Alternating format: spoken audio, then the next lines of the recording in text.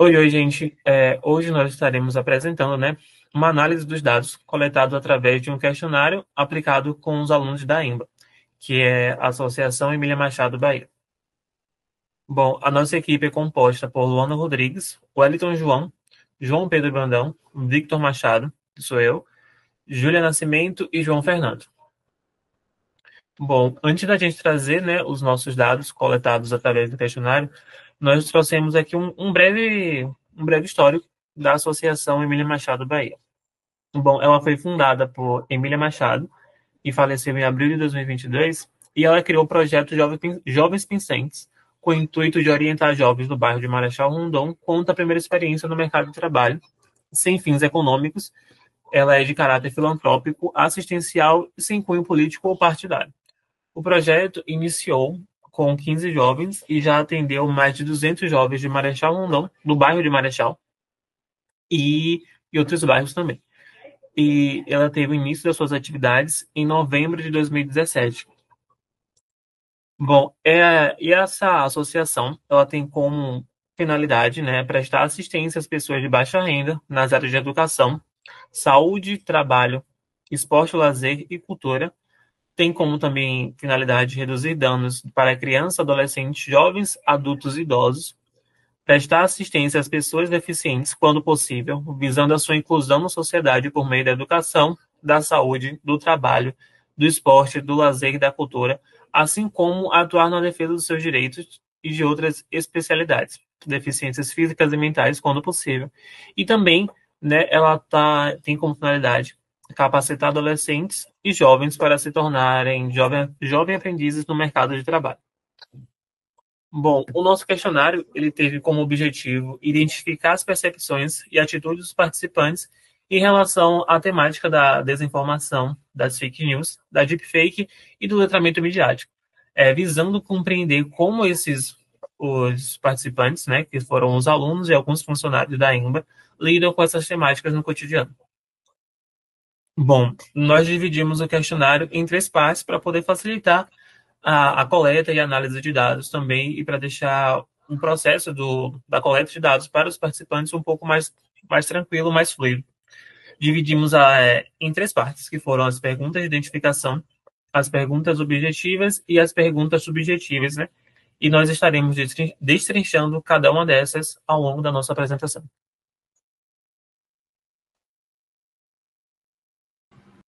Oi, gente. Então, sou João Fernando e vou ficar responsável por falar um pouco sobre as perguntas que fizemos sobre a identificação, né, para a coleta de dados sociodemográficos. E nessa etapa, né, foram elaboradas perguntas que permitissem coletar alguns dados dos participantes, como idade, gênero, raça, cor, né, bairro onde mora e se exerce alguma atividade. A gente, com o Focus, né, com o questionário, a gente obteve 18 respostas.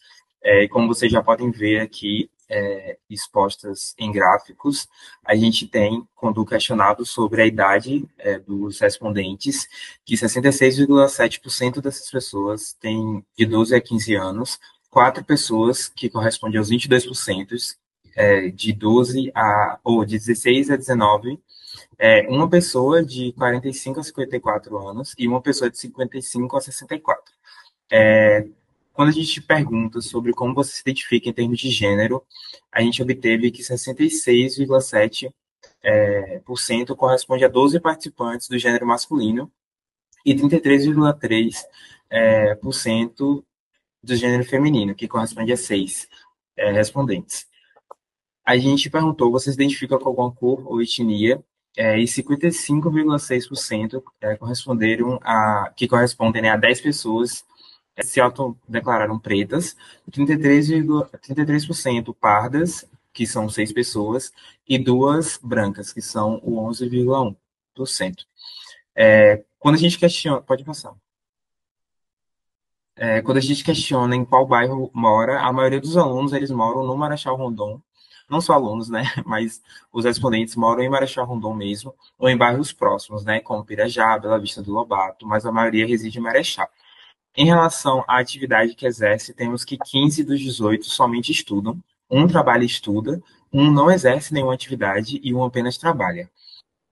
Em relação a esse único que trabalha, foi descrito que foi lá na associação. E só para finalizar, em relação ao colégio e as instituições que as pessoas responderam, varia do sétimo até o terceiro ano do ensino médio. Em colégio da Redondeza de Marechal também. Pode passar. Bom, em relação, né, dando início agora às perguntas objetivas, como a gente colocou aqui no slide, nessa etapa, né, da criação dessas perguntas, foram elaboradas, questionamentos foram elaborados que, para que nos permitisse, né, uma análise do comportamento do usuário no uso da internet e também na interação com as fake news e as deepfakes. Então, a nossa primeira pergunta foi em relação ao fácil acesso, né? O acesso à internet. Então, a gente colocou aqui: você possui fácil acesso à internet? A maioria, 94,4%, afirmou que sim, enquanto 5,6% afirmou que não. Nossa segunda pergunta foi um desenvolvimento da primeira. Então, se sim, acesse a internet através de qual aparelho? A maioria, né, na verdade, a totalidade, né, 100%, afirmou que acessa a internet através do celular, do smartphone, mas também a gente teve outras informações que são interessantes acerca dos possíveis meios de acesso, né? Então, três pessoas afirmaram que acessam através do computador, duas pessoas afirmaram que acessam por meio do notebook e uma pessoa pelo tablet. Nossa terceira pergunta foi acerca das redes sociais serem uma fonte de informação. Então, a gente colocou: você acredita que as redes sociais são uma fonte confiável de informação? 61,1% afirmou que sim, mas nem sempre. E 38,9% afirmou que não, que só acredita depois de verificar em outras fontes. A nossa quarta pergunta, também sobre as redes sociais, na verdade não foi uma pergunta, foi uma afirmação. Então, as redes sociais exercem um papel importante na formação das minhas opiniões. 38,9% afirmou que concorda parcialmente com essa afirmação. 33,3% afirmou que não concorda e nem discorda. 11,1% afirmou que discorda parcialmente. 11,1% afirmou que discorda totalmente. 5,6% afirmou que concorda totalmente com essa informação. É interessante a gente tratar um pouco das redes sociais, porque a gente acredita, né, que algumas pessoas, né, várias pessoas se informam pelas redes sociais por elas serem uma fonte de informação mais acessível e bastante popular. No entanto, a gente sabe dos perigos associados a se informar pelas redes sociais por causa de uma suscetibilidade à desinformação, a acreditar em informações falsas, já que as informações que são difundidas nem sempre passam por uma checagem rigorosa, e é interessante também, né, a gente buscar entender isso. Além disso, atrelado a essa questão das redes sociais, a gente reconhece a presença do algoritmo, que funciona mostrando conteúdos que os usuários já mostram se interessar, criando as chamadas bolhas sociais, né? Dificultando o acesso do usuário a diferentes perspectivas, diferentes pontos de vista. Então, é interessante a gente falar também sobre redes sociais atrelada a isso. E a nossa quinta pergunta foi em relação às deepfakes. A gente começa explicando, né, colocando então uma definição de que é um mecanismo que se encarrega de manipular fotos ou vídeos, ainda que mediante autorização, para alterar, criar ou substituir a voz ou a imagem de uma determinada pessoa. Você já se encontrou ou já consumiu conteúdos que usaram essa ferramenta? A grande maioria, sendo 83,3%, afirmou que sim, que já encontrou, já se deparou e já consumiu conteúdos que utilizaram da deepfake, e 16,7% afirmou que não. Dando continuidade à análise das respostas às perguntas objetivas da pesquisa, procuramos compreender quais são os principais canais utilizados pelos entrevistados para se manterem informados. Os resultados indicaram que uma expressiva parcela dos participantes demonstrou preferência por fontes tradicionais e amplamente reconhecidas, como sites de jornais e buscas realizadas diretamente no Google.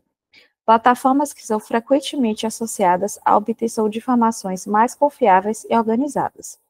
Esse comportamento pode refletir uma maior valorização da credibilidade e da curadoria editorial oferecida por esses meios, especialmente no contexto de um cenário digital saturado por desinformação. Em contrapartida, um grupo menor de entrevistados indicou recorrer predominantemente a redes sociais e plataformas de vídeos como fonte de informação.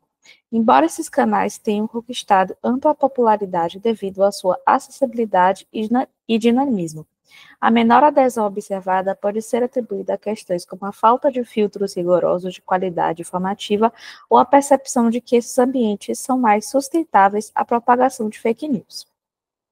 Para saber qual atitude os entrevistados tomariam ao receber uma suposta fake news, formulamos uma pergunta situacional.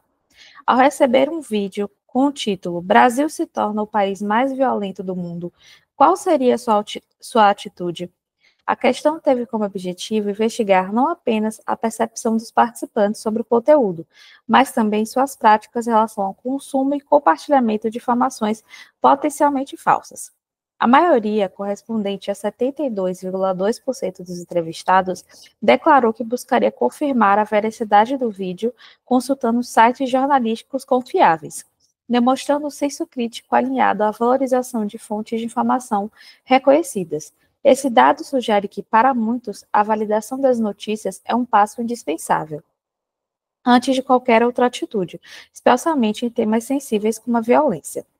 Por outro lado, 22,2% dos participantes indicaram que optariam por não compartilhar o vídeo, mesmo sem verificar sua veracidade, um comportamento que evidencia uma postura preventiva frente ao risco de ampliação de conteúdos duvidosos. Essa atitude pode ser interpretada como uma manifestação de responsabilidade digital, evitando contribuir para a propagação de possíveis desinformações. Ainda assim, um pequeno percentual, equivalente a 5,6%, afirmou que assistiria ao vídeo e o compartilharia com seus contatos próximos, o que aponta para a existência de um grupo que, mesmo minoritário, adota práticas menos criteriosas na circulação de informações.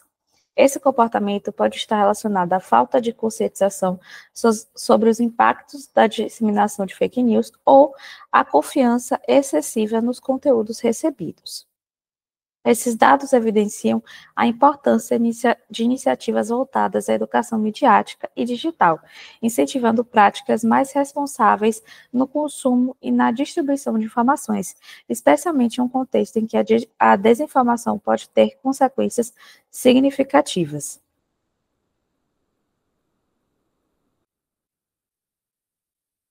Vitor. Em relação ao acesso e à exposição a fake news, perguntamos quem já havia encontrado alguma fake news na internet.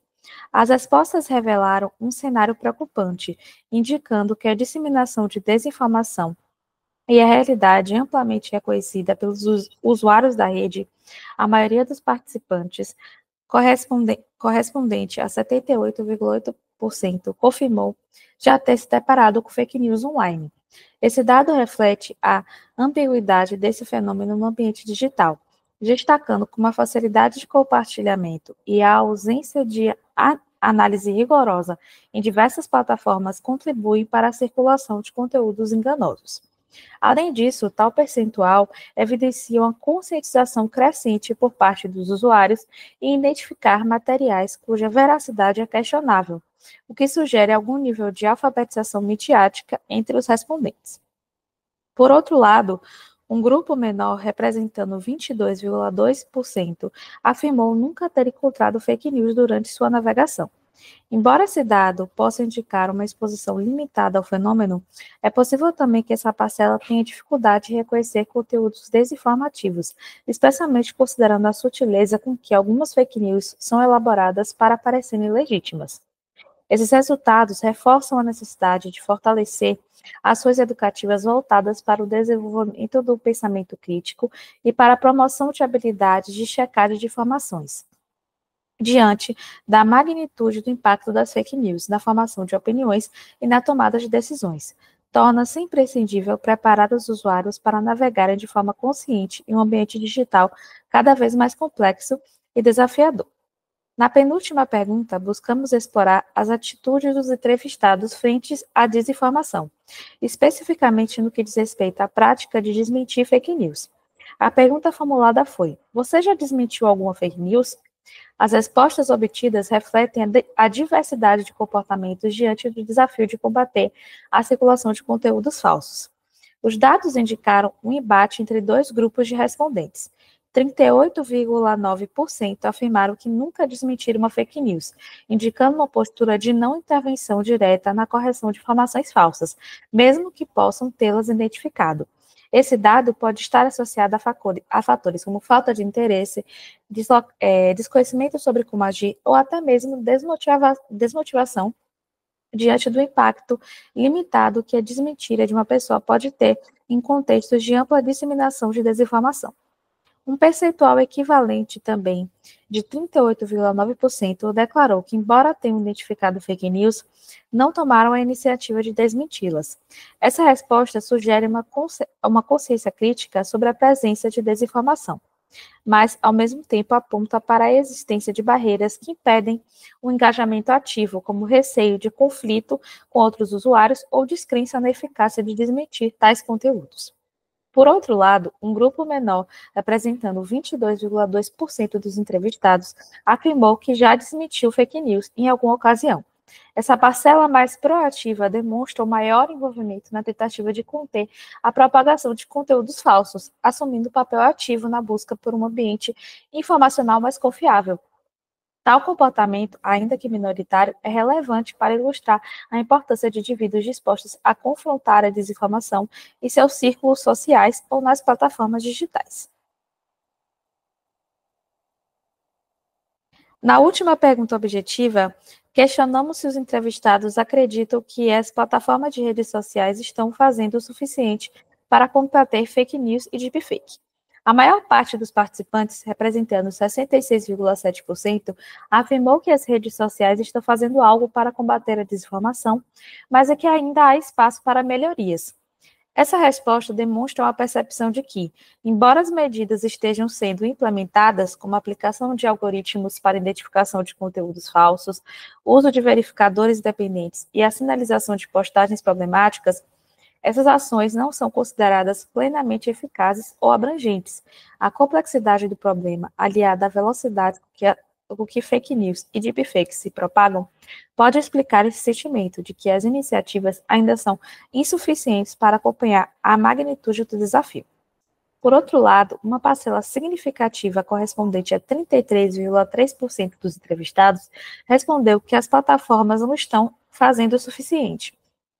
Essa visão pode refletir uma insatisfação mais profunda com a postura das empresas de tecnologia, seja por uma suposta falta de transparência em relação às ações tomadas, seja pela percepção de que interesses econômicos podem limitar a atuação efetiva dessas plataformas. Além disso, a persistência de conteúdos enganosos, mesmo em ambientes monitorados, reforça o ceticismo quanto à eficácia das estratégias adotadas. Esses resultados sublinham a importância de avanços contínuos no combate à desinformação, tanto no desenvolvimento de tecnologias mais precisas para a detecção de fake news e deepfakes, quanto na promoção de iniciativas educativas voltadas para a conscientização dos usuários. A colaboração entre plataformas, autoridades reguladoras e a sociedade civil será essencial para construir um ambiente digital mais confiável e seguro. Então, gente, partindo agora para a análise das perguntas subjetivas, nesta etapa do questionário, a gente fez questão de mencionar aos participantes que não havia respostas certas ou erradas e que o objetivo era entender melhor, conhecer um pouco do posicionamento deles acerca da temática trabalhada. Começando pelas inteligências artificiais. O questionamento principal foi: você faz uso de inteligências artificiais? Caso sim, descreva como e para que você as utiliza. E apenas 4 de 19 participantes respondentes alegaram nunca ter usado as inteligências artificiais. Os outros 15 relataram que já os usaram para estudos, pesquisas, até mesmo para verificação de notícias, caso elas fossem fake news, que foi um uso que surpreendeu nossa equipe, também para combinação de roupas e até mesmo para checar medidas de receitas. Mas, de fato, o uso que mais se destacou foi um participante que relatou que usou a inteligência artificial para fazer uma piada. Do que se tratava essa piada? Ele utilizou uma inteligência artificial de face swap, uma modalidade de deepfake que consiste em trocar o rosto de uma pessoa em uma foto por outra. E ele fez isso trocando o rosto de uma colega de turma dele, da escola, por de outra colega, em uma foto com o seu namorado. E assim acusando, né, injustamente o rapaz de traição e acarretando no fim desse relacionamento.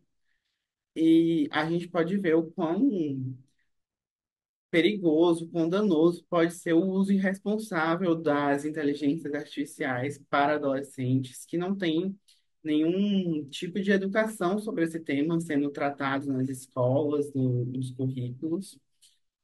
E sobre isso, Ferreira Silva, Casa Lenovo e Aparecido do Amaral trazem que a maior ameaça dos deepfakes no espalhamento de desinformações não é em si o compartilhamento de verdades que faz com que as pessoas vivam em um mundo irreal e tomem decisões baseadas nas ilusões, como nesse caso que a decisão do término foi baseada na deepfake, mas sim quando isso cria uma erosão da confiança, despertando um pérfido cinismo. Então, ao longo do tempo, vamos supor que essa tendência continue se alastrando e permeando nossas relações, até quando a gente vai continuar desconfiando de tudo, sem saber o que vai ser real, o que não.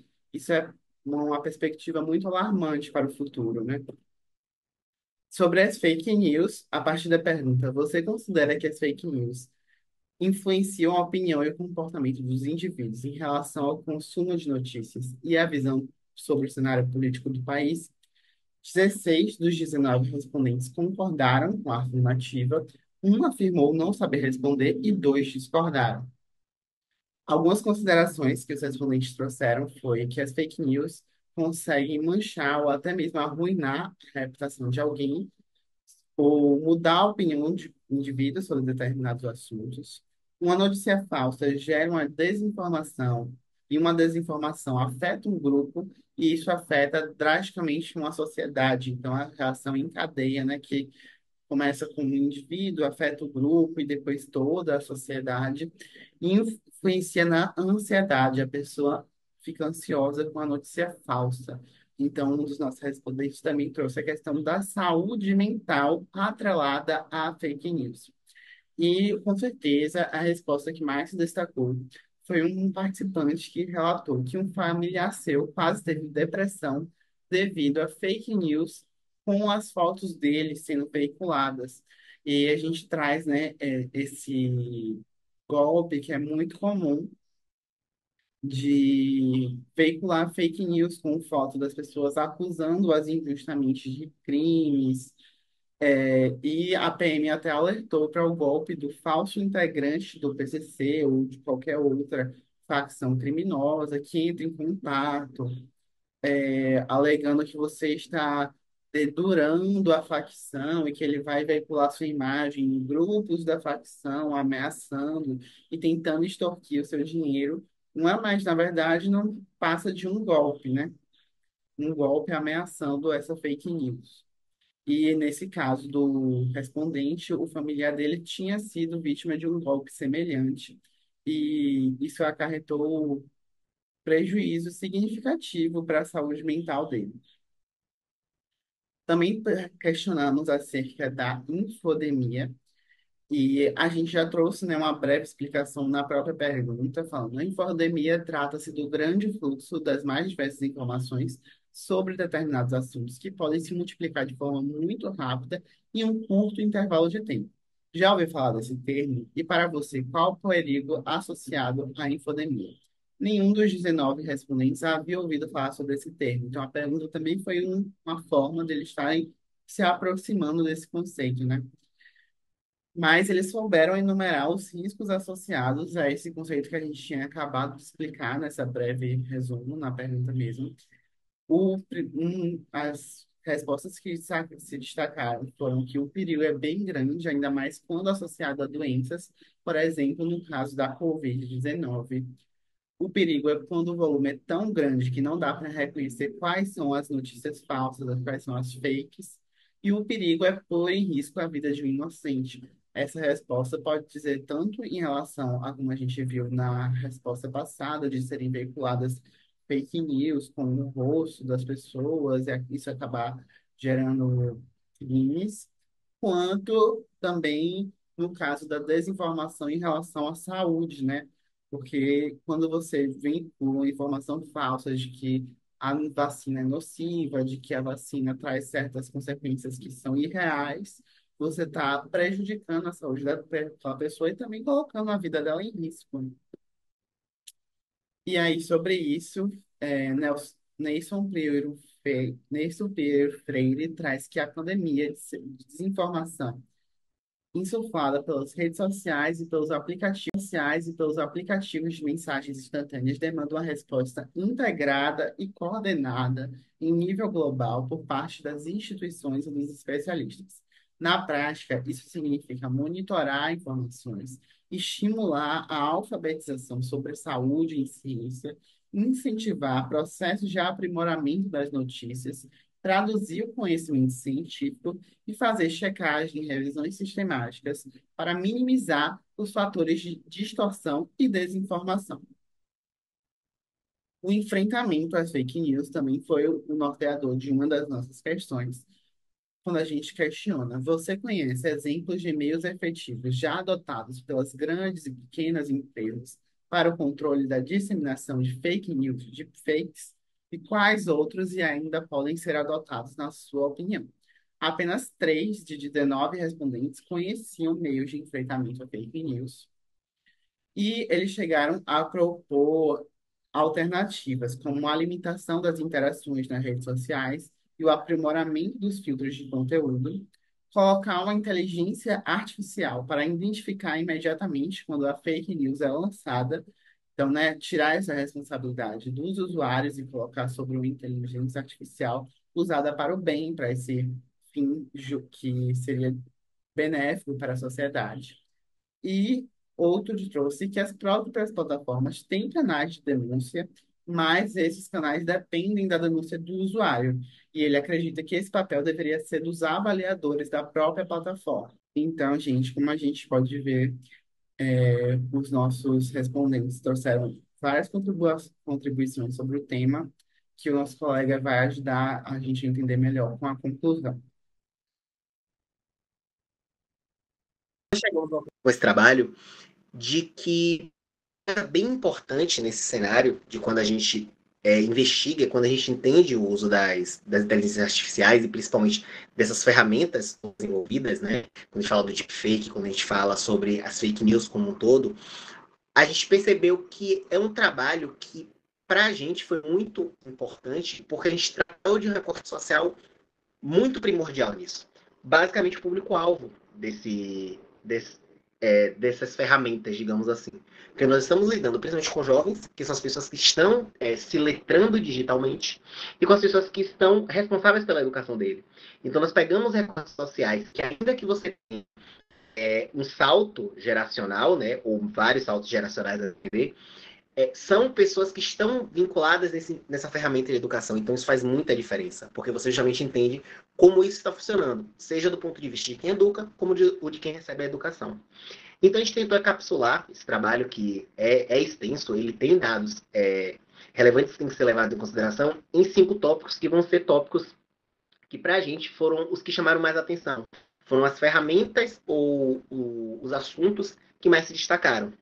O primeiro deles foi o distanciamento entre termo e significado, certo? Que foi muito, foi algo que chamou muito a atenção, que no momento das entrevistas, toda vez que a gente conversava sobre, era assim, eu entendia o que era, mas não conhecia o termo.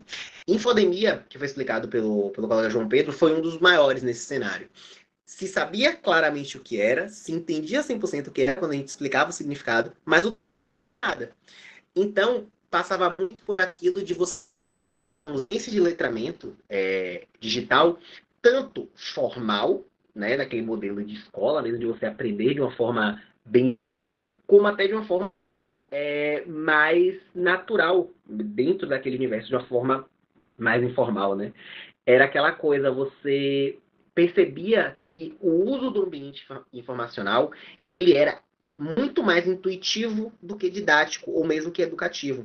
Então, assim, você não conseguia perceber que os termos, da, da comunicação naquele ambiente era feito da forma mais, é, não sei se direta dá pra gente dizer, mas de forma mais suave para os meninos. Então, assim, você tem a sensação de que os termos eles só não diziam nada. Eram termos meio que vazios para o público. O que não faz sentido, já que o mais conhece cada vez mais desses termos. Aí depois, um pouco seguro das ferramentas, que vai conectar também com o nosso último tópico, que é as IAs como ruído de fundo. Basicamente era, o uso dessas ferramentas, ele era extremamente tratado de forma muito, eu não vou dizer rasa, mas muito, deixa eu ver uma palavra que encaixe bem, de forma bem arbitrária, certo? Se utilizava essas ferramentas de forma muito para fazer piada, acredito uma vez, se utilizava elas como forma de resumos de trabalho, sem precisar ler sobre aquilo, só para entregar aquela atividade. Então, assim, a gente percebeu que o uso dessas inteligências artificiais, dessas montagens de vídeos, eram feitas muitas vezes de forma muito, muito arbitrária. Ou seja, não se tinha o cuidado ao utilizar nenhuma dessas ferramentas. A produção desse conteúdo, né, a gente sabe que ele pode ser reproduzido, ele pode ser compartilhado, era feito de forma extremamente séria. Ou seja, a informação que você produzia, era um dado que você produzia, só que você não tinha nem controle sobre ele, nem responsabilidade sobre ele. Inclusive, isso chamou muito com a aula que a gente teve sobre segurança virtual, que foi justamente falar sobre a questão da engenharia social. Porque você pode falar das ferramentas de inteligência artificial como isso. Elas são fontes muito importantes de engenharia social. Porque eu posso utilizar isso como forma de me aproximar de públicos específicos e padrões de comportamento. Então, assim, esse trabalho, mesmo que seja um recorte pequeno em termos numéricos, ele é muito qualitativo nesse aspecto, repetiu com bastante frequência nos relatos. Esse, o terceiro, foi um destaque bem interessante, principalmente subjetivo. Que proximidade gera confiabilidade. Pronto. Que proximidade gera confiabilidade. Ou seja, todas as vezes que a gente perguntou sobre coisas que envolviam passagens por mensagens de amigos, mensagens de colegas, de conhecidos, eu conhecer a pessoa, eu ter proximidade com ela, sempre gerava uma maior confiabilidade. Ou seja, era muito mais fácil eu acreditar naquilo, eu compartilhar aquilo. Isso era muito mais fácil. Realmente esse laço se mostrava como algo que incluía a confiança. Mas isso não criava empatia. Isso foi um aspecto interessante. Era porque eu conhecia que aquilo fazia com que eu me colocasse no lugar do outro. Ou seja, uma notícia falsa que viesse de uma pessoa que eu conheço, né, é simplesmente compartilhar aquilo. Porque o que foi lido pela gente, de certa forma, né, em algum nível, era, por mais que eu conheça aquela pessoa, eu entenda que aquilo é falso, se aquilo é uma boa piada, entre aspas, aquilo pode ser passado adiante. O que retorna também ao tópico anterior, de você usar essa ferramenta de forma pouco segura, que é justamente não se entender muitas vezes o alcance que um deepfake pode ter, certo? Tratar como uma simples piada e aquilo nunca atingir o tamanho que a responsabilidade sobre aquilo nunca atinge o tamanho do alcance que aquilo vai ter, certo? Então, esse aspecto de gerar confiabilidade e não gerar impacto, que foi uma dissonância que chamou a atenção. E o último dos tópicos que faz sentido a gente explicar, porque o das IAs eu acabei explicando anteriormente, vou falar só um pouco dele antes de encerrar o trabalho, que é o da inclusão digital. É diferente da inclusão digital. Inclusão digital é completamente diferente do conceito de educação digital. Ou seja, nós percebemos que todas as pessoas inclusas nesse trabalho, todas estavam inseridas no ambiente digital de forma muito direta. Todos tinham redes sociais, todos tinham acesso muito fácil à internet, todos estavam digitalmente. Mas isso não significava que eles eram educados digitalmente. Ou seja, a gente percebeu que o uso de e-mails era muito diverso. Tinha uns que tinham um e-mail, tinha outros que tinham de vários e-mails que eles já tiveram, outros que utilizavam e-mails compartilhados. Então, assim, não era não era algo extremamente seguro, por assim dizer.